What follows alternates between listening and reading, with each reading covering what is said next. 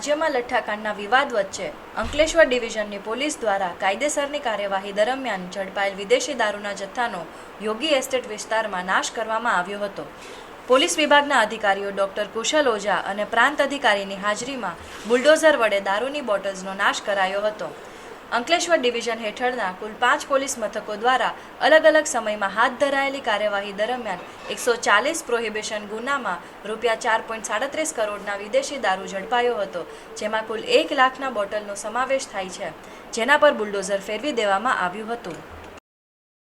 SP Bharuch સાહેબની સૂચના અન્વયે આજરોજ અંકલેશ્વર ડિવિઝનના 5 પોલીસ સ્ટેશનના 140 જેટલા ગુનાઓના પ્રોહિબિશનનો મુદ્દામાલ જે છે, જેની કિંમત લગભગ 4 કરોડ 37 લાખ જેટલી થવા પામે છે, જેમાં અંદાજે 1 લાખ જેટલી પ્રોહિબિટેડની લીકરની જે બોટલ્સ છે તેનો મુદ્દામાલનો નાશ કરવાનો કાર્યવાહી હાથ ધરવામાં આવી હતી।